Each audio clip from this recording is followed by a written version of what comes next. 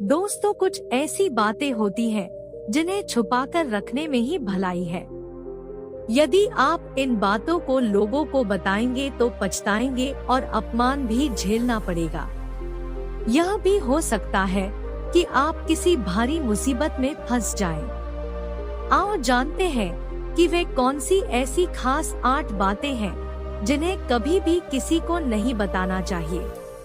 पहली, दाम्पत्य जीवन की बातें। अपने दाम्पत्य जीवन और घर परिवार की बातें हमेशा गोपनीय रखना चाहिए। यदि आप किसी मित्र, परिचित या रिश्तेदार को यह बातें बताते हैं, तो इससे घर के सदस्यों में आपसी मनमुटाव और अविश्वास की भावना बढ़ती है और परिवार का विखंडन होता है। साथ ही आपके घर का राज धीरे धीरे सार्वजनिक हो जाता है।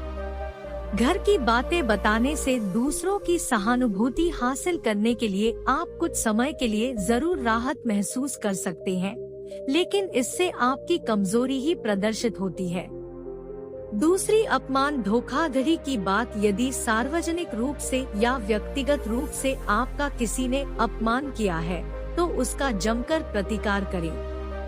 यह भी याद रखें, यदि आप अपने अपमान को प्रचारित करेंगे तो फिर कई लोग आपका अपमान करने लगेंगे, क्योंकि लोगों को आपके साथ कभी सहानुभूति नहीं रहती है।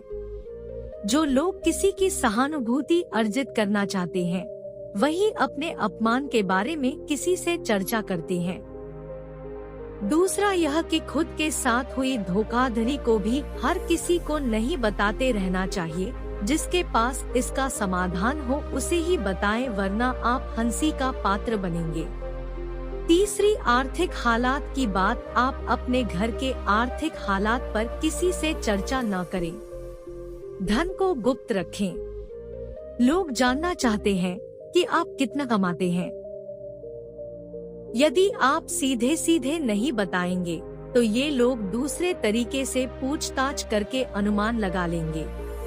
हालांकि आप अपने धन को जितना हो सके गोपनीय रखेंगे तो आपके लिए ही अच्छा होगा। इसलिए नहीं कि लोग कर्ज मांग लेंगे और फिर लौटाएंगे नहीं। इसके और भी कई कारण हैं।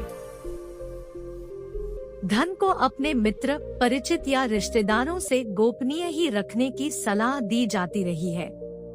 चौथी, गुरुमंत्र, साधना और तप की बात। यदि आपने किसी योग्य गुरु से दीक्षा ली है, तो उसके द्वारा दिया गया गुरुमंत्र गोपनीय रखें। हालांकि गुरुमंत्र कई प्रकार के होते हैं। जैसे किसी ने आपको कुछ ज्ञान दिया या कुछ हुनर सिखाया, वह भी गुरुमंत्र है। इसके अलावा यदि आप किसी भी प्रकार की साधना, तप या ध्यान कर रहे हैं, तो उसे भी गोपनीय रखें, अन्यथा वह निष्फल हो जाएगी।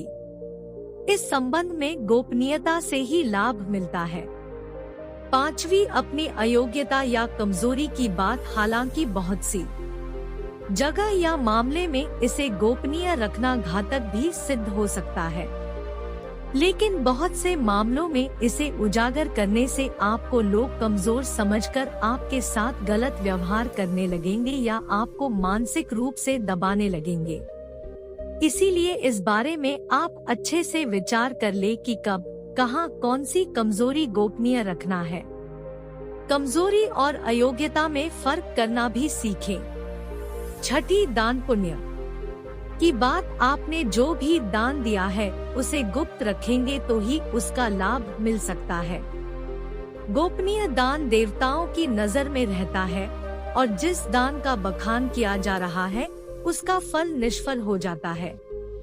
मंदिर में दान दें, किसी गरीब को भोजन कराएं या किसी भी प्रकार का पुण्य कार्य करें, उसका अपने मुंह से बखान न करें। यदि आपने इसे किसी के समक्ष जाहिर कर दिया तो समझे वह खारिज हो जाएगा। सातवीं, मन की बात। मन में बहुत सी ऐसी बातें होती है जिनको जगजाहिर करने से आप अपने आसपास संकट खड़े कर सकते हैं।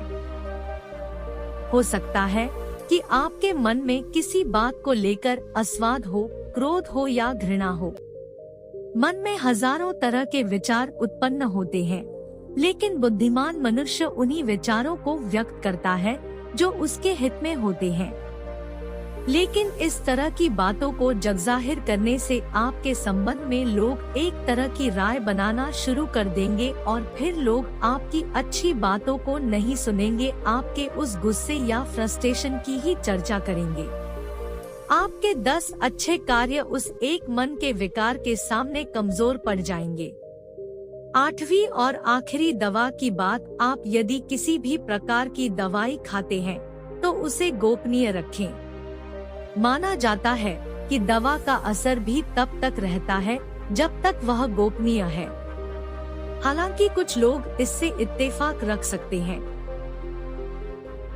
लेकिन प्राचीन काल में हो सकता है कि यह किसी विशेष रोग या औषधि के लिए कहा गया हो।